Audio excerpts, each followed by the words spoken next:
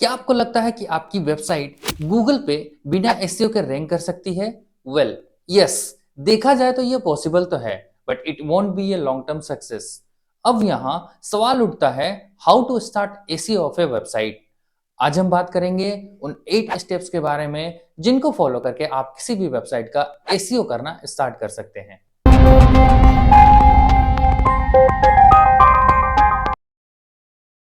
Hello everyone, my name is Nehal and welcome back to my channel Neha digital. आज के video में SEO के different steps के बारे में बात करेंगे और ये भी देखेंगे कि उन स्टेप्स को एग्जीक्यूट कैसे करना है।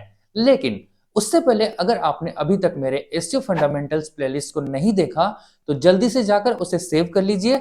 इस प्लेलिस्ट में आपको बेसिक से लेकर एडवांस एसईओ तक सब कुछ सीखने को मिलेगा। इस प्लेलिस्ट का लिंक मैं आपको डिस्क्रिप्शन बॉक्स में डाल दूंगा, आप वहां जाकर सारे वीडियोस देख सकते हैं। तो चलिए अब वापस आते हैं एंड बात करते हैं उन स्टेप्स की जिनको फॉलो करके आप किसी भी वेबसाइट का एसईओ कर सकते हैं। जब भी आपके पास एसईओ के लिए कोई प्रोजेक्ट आता है तो जो सबसे पहला स्टेप आप फॉलो करेंगे वो है to understand the business and the audience. चाहे आप किसी डिजिटल मार्केटिंग कंपनी में काम करते हैं या फिर फ्रीलांसिंग करते हैं, इन शॉर्ट आप कहीं भी एक डिजिटल मार्केटर का रोल प्ले करते हैं तो आपके पास डिफरेंट कैटेगरीज के प्रोजेक्ट आएंगे। ऐसे में किसी भी वेबसाइट का एसईओ स्टार्ट करने से पहले आपको कुछ क्वेश्चंस का आंसर फाइंड करना होगा। जैसे, who is your audience, what do they want, what are your business products and services, what does your client expect from you. हमें क्लाइंट के बिजनेस के गोल के बारे में जानना बहुत जरूरी है। हमें देखना होगा कि उनका बिजनेस का टारगेट लोकेशन क्या है। जैसे कि अगर हमारा क्लाइंट का बिजनेस सिर्फ मुंबई में है तो हम सिर्फ मुंबई की ऑडियंस को टारगेट करेंगे और कोशिश करेंगे कि उनका वेबसाइट मुंबई में रैंक करे। ठीक उसी तरह कोई क्लाइंट जो पूरे कंट्री में सर्विस प्रोवाइड करता है, लाइक ऑल ओवर इंडिया, तो उस केस में हमें पूरे कंट्री में फोकस करना होगा। टारगेटेड लोकेशन जानने के बाद हमें पता करना होगा कि हमारी टारगेट ऑडियंस कौन है, उनकी नीड्स क्या है और उनका सर्च बिहेवियर कैसा है। ये सब समझने के बाद हमें अपने नीड्स पे फोकस करना होगा और कंसिस्टेंट रहना होगा। हमें ऐसे कंटेंट्स क्रिएट करने होंगे जो हमारे क्लाइंट की इंडस्ट्री और टारगेट मार्केट के लिए रिलेवेंट हो। साथ ही हमें अपने क्लियर ऑब्जेक्टिव पहले ही डिफाइन कर लेना होगा। मतलब कि आपका एसईओ गोल क्या है ये आपको स्टार्टिंग में ही पता होना चाहिए। Let me explain. किसी भी वेबसाइट का एसईओ स्टार्ट करने से पहले आपको पता होना चाहिए कि आप एसईओ से क्या अचीव करना चाहते हैं। जैसे कि आप ऑर्गेनिक ट्रैफिक इंक्रीज करना चाहते हैं या कीवर्ड रैंकिंग को इंप्रूव करना चाहते हैं या फिर कन्वर्जन बूस्ट करना चाहते हैं। इन गोल्स को अपने ओवरऑल बिजनेस ऑब्जेक्टिव के साथ अलाइन कीजिए और नेक्स्ट स्टेप की तरफ मूव कीजिए। सेकेंड स्टेप जो आपको फॉलो करना है वो है करंट वेबसाइट परफॉर्मेंस एनालिसिस, जिसे एसईओ ऑडिट भी कहा जाता है। मतलब इस स्टेप में हमें ये एनालाइज करना होगा कि वेबसाइट परफॉर्मेंस उस पर्टिकुलर टाइम में कैसा है जब वो प्रोजेक्ट आपके पास आया हो। परफॉर्मेंस में हम देखेंगे कि उस टाइम वेबसाइट पे कितने ट्रैफिक आ रहे हैं, ट्रैफिक कहां से आ रहा है या किस तरह के डिवाइस से आ रहा है। एसईओ ऑडिट इसलिए इंपॉर्टेंट है ताकि आप फ्यूचर में बिफोर आफ्टर कंपैरिजन कर सके एंड क्लाइंट को बता सके कि आपने अब तक क्या किया है। एसईओ ऑडिट करने के और भी रीजंस हैं, जैसे कुछ इश्यूज जो वेबसाइट में हैं वो हमें आइडेंटिफाई करने में हेल्प होंगे।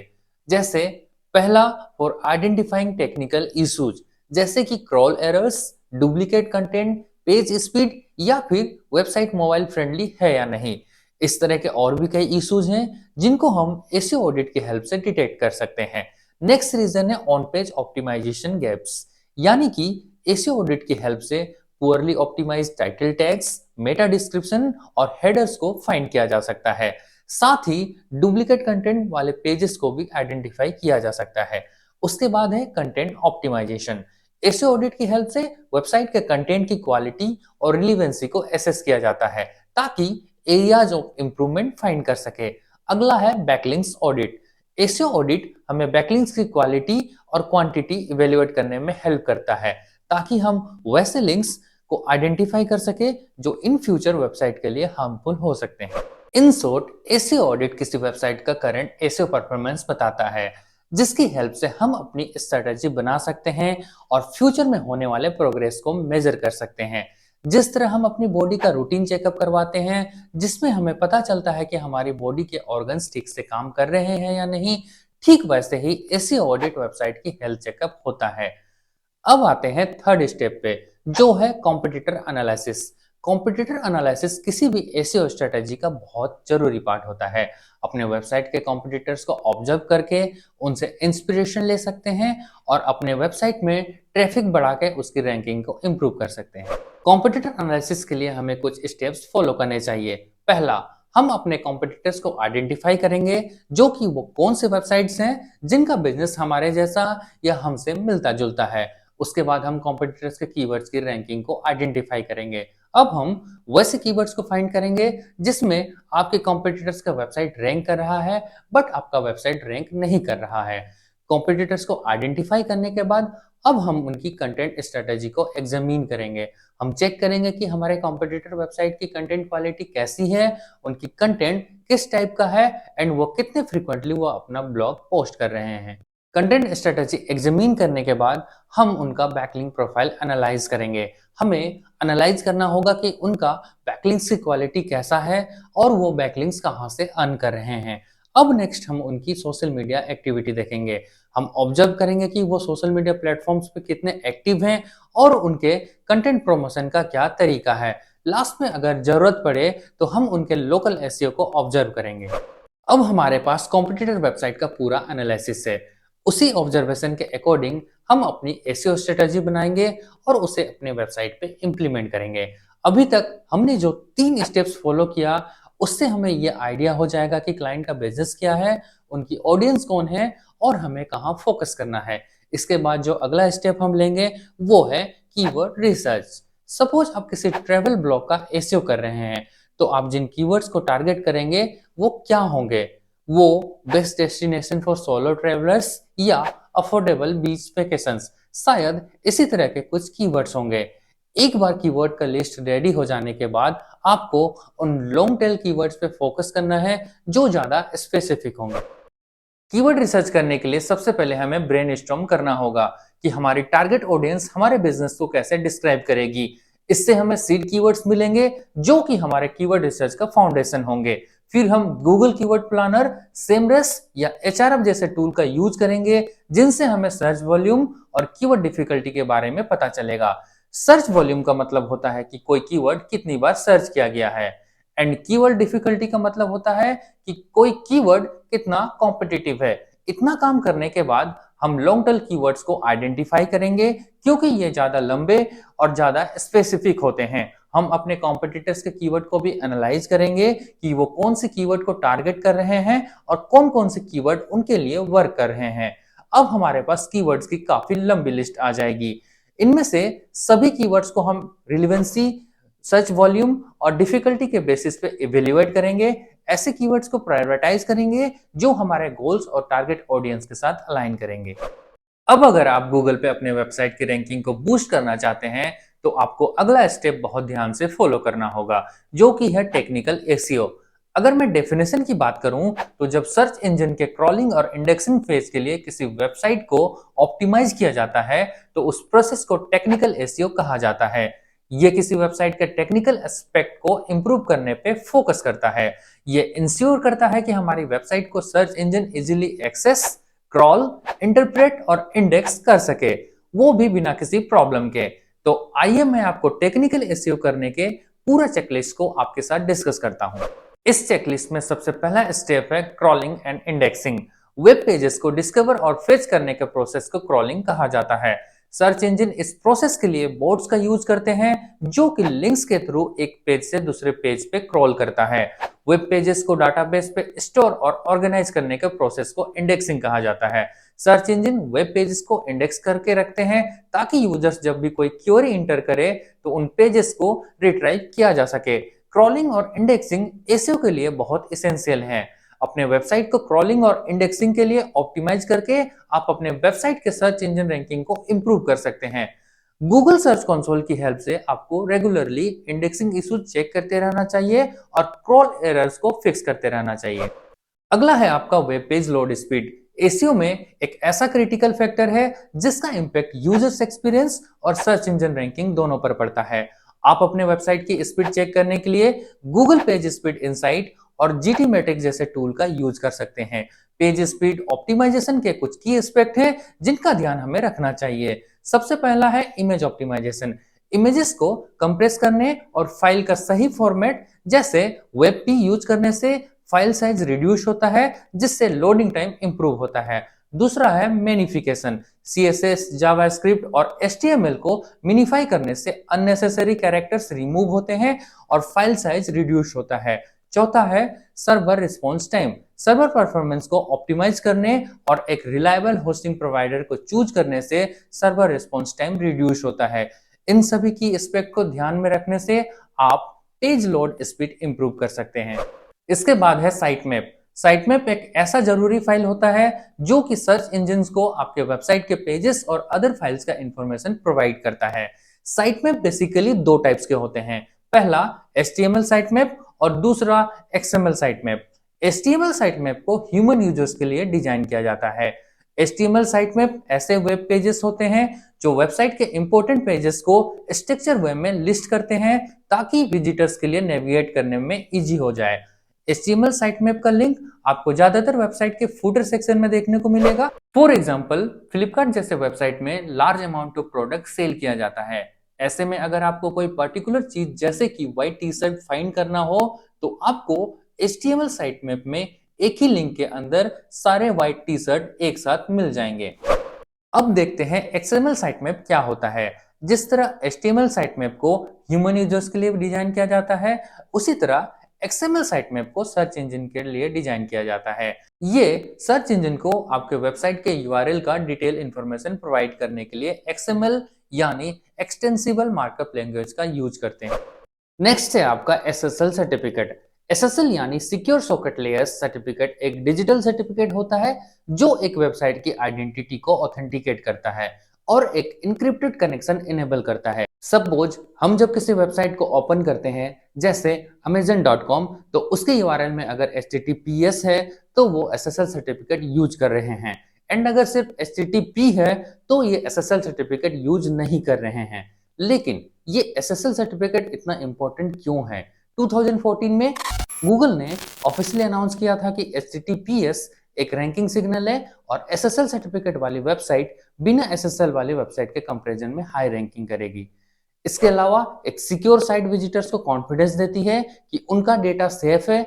ऐसे वेबसाइट जो एड्रेस बार पे नॉट सिक्योर शो करती है उन पे यूजर्स कम ट्रस्ट करते हैं। अगला है URL स्ट्रक्चर। एक वेल स्ट्रक्चर URL SEO के लिए क्रूशियल होता है क्योंकि ये सर्च इंजन और यूजर्स दोनों को पेज के कंटेंट को समझने में हेल्प करता है। User friendly URL read, remember और शेयर करने में आसान होते हैं। एक logical URL structure search engine के क्रॉलर्स को इफेक्टिवली नेविगेट करने और इंडेक्स करने में हेल्प करता है। अपने URL में रिलेवेंट कीवर्ड्स को इंक्लूड करने से सर्च रिजल्ट में आपके वेबसाइट की विजिबिलिटी इंप्रूव होती है। नेक्स्ट है आपका robots.txt। robots.txt एक ऐसा फाइल होता है जो सर्च इंजन स्पाइडर्स को वेबसाइट के सर्टेन पेजेस या सेक्शन पे क्रॉल करने से मना करता है, जैसे कि admin pages. For example, banking website या गवर्नमेंट वेबसाइट में ऐसे बहुत सारे पेजेस हो सकते हैं जिन्हें आप नहीं चाहते कि बॉट्स स्क्रॉल करें। ऐसे में आप चाहोगे कि बोट्स बाकी इंपॉर्टेंट पेजेस पे क्रॉल करें जिन्हें आप SERP में रैंक करना चाहते हैं। उसके बाद है मोबाइल ऑप्टिमाइजेशन। आज के जमाने में आधे से ज्यादा वेब ट्रैफिक मोबाइल डिवाइस से ही आते हैं। ऐसे में आपका वेबसाइट रिस्पॉन्सिव और फास्ट होना चाहिए, इसीलिए मोबाइल ऑप्टिमाइजेशन बहुत जरूरी है। अपनी वेबसाइट को चेक करने के लिए आप गूगल के मोबाइल फ्रेंडली टेस्ट जैसे टूल्स का यूज कर सकते हैं। अब है कैनोनिकल टैग। कैनोनिकल टैग एक HTML एलिमेंट होता है जो सर्च इंजन को बताता है कि वेब पेज का कौन सा वर्जन एक प्रीफर्ड वर्जन है। मल्टीपल URLs पे अपीयर होने वाले सिमिलर या डुप्लीकेट कंटेंट से होने वाले इश्यूज को प्रिवेंट करने में कैनोनिकल टैग हेल्प करता है। डुप्लीकेट कंटेंट सर्च इंजन को कंफ्यूज करते हैं और इससे रैंकिंग डिक्रीज होती है। अगर आपके वेबसाइट पे डिफरेंट URLs के अंडर सेम या मिलता जुलता कंटेंट अवेलेबल है तो कैनोनिकल टैग की हेल्प से आप स्पेसिफाई कर सकते हैं कि कौन सा मेन वर्जन है और उसे इंडेक्स किया जाए। अगला है रीडायरेक्शन। जब कोई यूजर या सर्च इंजन बोर्ड किसी वेब पेज के URL पे जाता है तो उसे अपने आप किसी दूसरे URL पे भेज दिया जाता है। इस प्रोसेस को रीडायरेक्शन कहा जाता है। रीडायरेक्शन के दो टाइप्स होते हैं। पहला 301 रीडायरेक्शन एंड दूसरा 302 रीडायरेक्शन। जब किसी URL का डायरेक्शन परमानेंटली एक यूआरएल से बदलकर दूसरे यूआरएल पे कर दिया जाता है तो वो 301 रीडायरेक्शन या परमानेंट रीडायरेक्शन कहलाता है। ऐसा होने के कई रीजंस हो सकते हैं, जैसे वेब पेज का मूव होना, डोमेन का चेंज होना, डुप्लीकेट पेज या फिर वेबसाइट का HTTP से HTTPS हो जाना। फॉर एग्जाम्पल, jabong.com एक इंडियन फैशन और लाइफस्टाइल पोर्टल हुआ करता था। जुलाई 2016 में फ्लिपकार्ट ने अपनी यूनिट मिंत्रा के थ्रू $70 मिलियन से जेबोंग को एक्वायर कर लिया और उसके यूआरएल jabong.com से बदलकर myntra.com कर दिया गया। अब बात करते हैं 302 रीडायरेक्शन पे। अगर आप अपने वेबसाइट के किसी पेज या सेक्शन पे कोई मेंटेनेंस का काम कर रहे हैं तो आप 302 रीडायरेक्शन या टेम्पररी रीडायरेक्शन का यूज करके यूजर्स को किसी दूसरे पेज पे भेज सकते हैं। 302 रीडायरेक्शन का यूज आप A/B testing, temporary promotion and product unavailability के दौरान कर सकते हैं। वेब ब्राउजिंग करने के दौरान अगर आपको 404 नॉट फाउंड और 403 फॉरबिडन जैसे मैसेज शो करते हैं, ये HTTP स्टेटस कोड होते हैं जो डिफरेंट टाइप्स के प्रॉब्लम को इंडिकेट करते हैं। 404 नॉट फाउंड एरर के कुछ कॉमन क्वेजेस हैं, जैसे मिसटाइप यूआरएल, ब्रोकन और आउटडेटेड लिंक या फिर रिसोर्स का मूव या डिलीट होना। अब आते हैं 403 फॉरबिडन पे। इसका मतलब होता है कि जिस रिसोर्स को एक्सेस करने का रिक्वेस्ट आप कर रहे हैं, आपके पास उसका परमिशन नहीं है। इस एरर के कुछ कॉमन इश्यूज हो सकते हैं, जैसे किसी डायरेक्टरी या फाइल का एक्सेस ना होना, सर्वर पे फाइल परमिशन का इनकरेक्ट होना या फिर आईपी एड्रेस का ब्लॉक होना। बेसिकली दोनों एरर्स के बीच का डिफरेंस ये है कि 404 एरर्स में रिसोर्स एग्जिस्ट ही नहीं करते हैं, वहीं 403 में रिसोर्स एग्जिस्ट करते हैं लेकिन आपके पास उसका परमिशन नहीं होता है। अगला है ब्रेडक्रम्ब मेनू। ब्रेडक्रम्ब मेनू वेबसाइट पे यूज होने वाले सेकेंडरी नेविगेशन एड्स होते हैं। ये यूजर्स को बताते हैं कि वो जिस पेज पे करंटली है वहां तक वो कैसे कैसे पहुंचे हैं और वो पेज किस तरह वेबसाइट से रिलेटेड है। नेक्स्ट है फेविकन। Favicons are icons that visually represent a website or brand. Favicons छोटे छोटे इमेजेस हैं जो कि 16:16 पिक्सल्स के होते हैं, जो कि किसी वेबसाइट या ब्रांड को विजुअली रिप्रेजेंट करते हैं। सपोज आप कोई भी एक वेबसाइट जैसे amazon.com ओपन करते हैं तो उसके यूआरएल के ऊपर ही एक इमेज होता है, उसे ही हम फेविकन कहते हैं। आइडियली किसी वेबसाइट का फेविकन और उसका लोगो सेम होना चाहिए। लास्ट में हम डिस्कस करेंगे स्कीमा मार्कअप। स्कीमा मार्कअप एक तरह का कोड होता है जो हम अपनी वेबसाइट पे ऐड कर सकते हैं ताकि सर्च इंजन आपके कंटेंट को और बेटर समझ सके। ये सर्च इंजन को आपके वेबसाइट पे जो भी कंटेंट है उसके मीनिंग का क्लूज प्रोवाइड करता है। Schema markup can lead to rich results, जो कि स्टैंडर्ड सर्च रिजल्ट से ज्यादा इंफॉर्मेटिव और विजुअलिंग अपीलिंग होते हैं। रिच रिजल्ट्स में ज्यादा रिलेवेंट इंफॉर्मेशन इंक्लूड होते हैं, जैसे कि star ratings, product prices, event date, etc। आप अपने वेबसाइट में स्कीमा मार्कअप को चेक करने के लिए गूगल के स्ट्रक्चर डाटा टेस्टिंग टूल्स का यूज कर सकते हैं।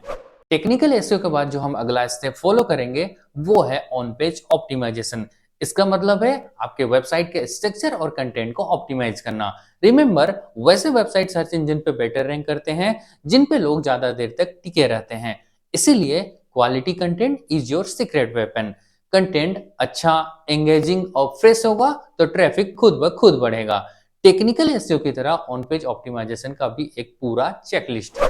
इस चेकलिस्ट में पहले नंबर पर आता है टाइटल टैग्स को ऑप्टिमाइज करना। मेटा टाइटल्स, जिन्हें हम टाइटल टैग्स भी कहते हैं, ये एक HTML एलिमेंट होता है जो किसी वेबसाइट के टाइटल को स्पेसिफाई करता है। फॉर एग्जाम्पल, जब हम गूगल पे कुछ सर्च करते हैं तो हमें SERP पे 10 रिजल्ट शो करते हैं। इन रिजल्ट्स पे जो ब्लू कलर का टाइटल आता है उसे ही मेटा टाइटल या टाइटल टैग कहा जाता है। ये रिलेवेंट होना चाहिए और इसमें 60 से ज्यादा कैरेक्टर्स नहीं होना चाहिए। नेक्स्ट से हमारा मेटा डिस्क्रिप्शन। अभी हमने देखा कि मेटा टाइटल क्या होता है, उसी के नीचे जो टेक्स्ट लिखा होता है उसे मेटा डिस्क्रिप्शन कहा जाता है। ये यूजर्स को बताता है कि इस पेज के अंदर किस तरह का इंफॉर्मेशन है। मेटा डिस्क्रिप्शन में 160 से ज्यादा कैरेक्टर्स नहीं होना चाहिए। अब आते हैं हेडिंग टैग्स। हेडिंग टैग्स का यूज किसी वेब पेज के कंटेंट पे हेडिंग एंड सब हेडिंग को डिफाइन करने के लिए किया जाता है। ये H1 से लेकर H6 तक होते हैं ताकि आपका कंटेंट स्ट्रक्चर लगे। एक पेज पे H1 हेडिंग सिर्फ एक ही होना चाहिए, बाकी सब हेडिंग आप अपने रिक्वायरमेंट के अकॉर्डिंग डाल सकते हैं। नेक्स्ट है आपका कंटेंट ऑप्टिमाइजेशन। जब हम अपने वेबसाइट के कंटेंट को रिफाइन और इम्प्रूव करते हैं ताकि वो सर्च इंजन और यूजर्स दोनों के लिए अपीलिंग बन सके, इस प्रोसेस को एसईओ में कंटेंट ऑप्टिमाइजेशन कहा जाता है। ऑप्टिमाइज कंटेंट के कुछ रिक्वायरमेंट्स हैं, जैसे कि 1000 plus words for competitive topics, short paragraphs and bullet points for readability, keyword oriented, grammar free and plagiarism free. अब आते हैं इंटरलिंकिंग। जब हम स्ट्रेटेजिकली अपने वेबसाइट के कंटेंट के अंदर रिलेटेड पेजेस को हाइपरलिंकिंग से कनेक्ट करते हैं, तो उस प्रोसेस को हम इंटरलिंकिंग कहते हैं। ऐसा करने से वेबसाइट नेविगेशन इंप्रूव होता है, सर्च इंजन क्रॉलिंग इनहांस होती है, लिंक इक्विटी डिस्ट्रीब्यूट होती है और पेज पे व्यूज और एंगेजमेंट बढ़ते हैं। और लास्ट में आता है हमारा अल्ट टेक्स्ट। अल्ट टेक्स्ट किसी इमेज का रिटन डिस्क्रिप्शन होता है जो कि वेबसाइट के HTML कोड में एम्बेडेड होता है। ये इमेजेस के कंटेंट को कॉन्टेक्स्ट प्रोवाइड करता है। ये इसीलिए इंपॉर्टेंट है क्योंकि सर्च इंजन क्रॉलर्स इमेज को वैसे नहीं देख सकते जैसे कि हम ह्यूमन देख सकते हैं। ऐसे में अल्ट टेक्स्ट क्रॉलर्स को इमेज के बारे में इंफॉर्मेशन प्रोवाइड करता है ताकि वो उन्हें समझ सके। आगे के वीडियोज में हम इन सभी पॉइंट्स को डिटेल्स में देखेंगे एंड जानेंगे कि इनको अपने वेबसाइट में कैसे इंप्लीमेंट करना है। नेक्स्ट है आपका ऑफ पेज एक्टिविटी, जिसमें हमें बैकलिंक्स बिल्ड करना होता है। ऑफ पेज एसईओ टेक्निक्स हमारे और अदर वेबसाइट के बीच स्ट्रॉन्ग रिलेशनशिप बिल्ड करने में हेल्प करता है। जब हम किसी दूसरी वेबसाइट पे अपने वेबसाइट का लिंक पुट करते हैं तो उन्हें बैकलिंक्स कहा जाता है। बैकलिंक्स हमें गूगल के कॉन्फिडेंस को जीतने में हेल्प करता है। आपके पास जितने ज्यादा क्वालिटी बैकलिंक्स होंगे, आपका वेबसाइट उतना ऑथोरिटी गेन करेगा। बैकलिंक्स पाने के लिए आप डिफरेंट वेबसाइट के गेस्ट ब्लॉगिंग के जरिए अप्रोच कर सकते हैं। हमारा मेन पर्पस ये है कि हमारे निश में जो भी रेपुटेबल और हाई ऑथोरिटी वेबसाइट है उनसे लिंक लेना। किसी भी तरह का मैनिपुलेटिव टैक्टिक्स लगाने के बजाय नेचुरल और हाई क्वालिटी बैकलिंक्स बिल्ड करने में फोकस करना चाहिए। लोकल डायरेक्टरीज और गूगल माई बिजनेस पे अपने बिजनेस को लिस्ट करना चाहिए। न्यू बैकलिंक्स क्रिएट करने के कुछ मेथड्स आप स्क्रीन पे देख सकते हैं एंड आगे आने वाले वीडियोस में हम इन सभी अप्रोच को डिटेल में डिस्कस करेंगे एंड एक एक करके देखेंगे कि आप अपने वेबसाइट के लिए क्वालिटी बैकलिंक्स किस तरह क्रिएट कर सकते हैं। SEO is not a one time thing, ये एक ऑनगोइंग प्रोसेस है।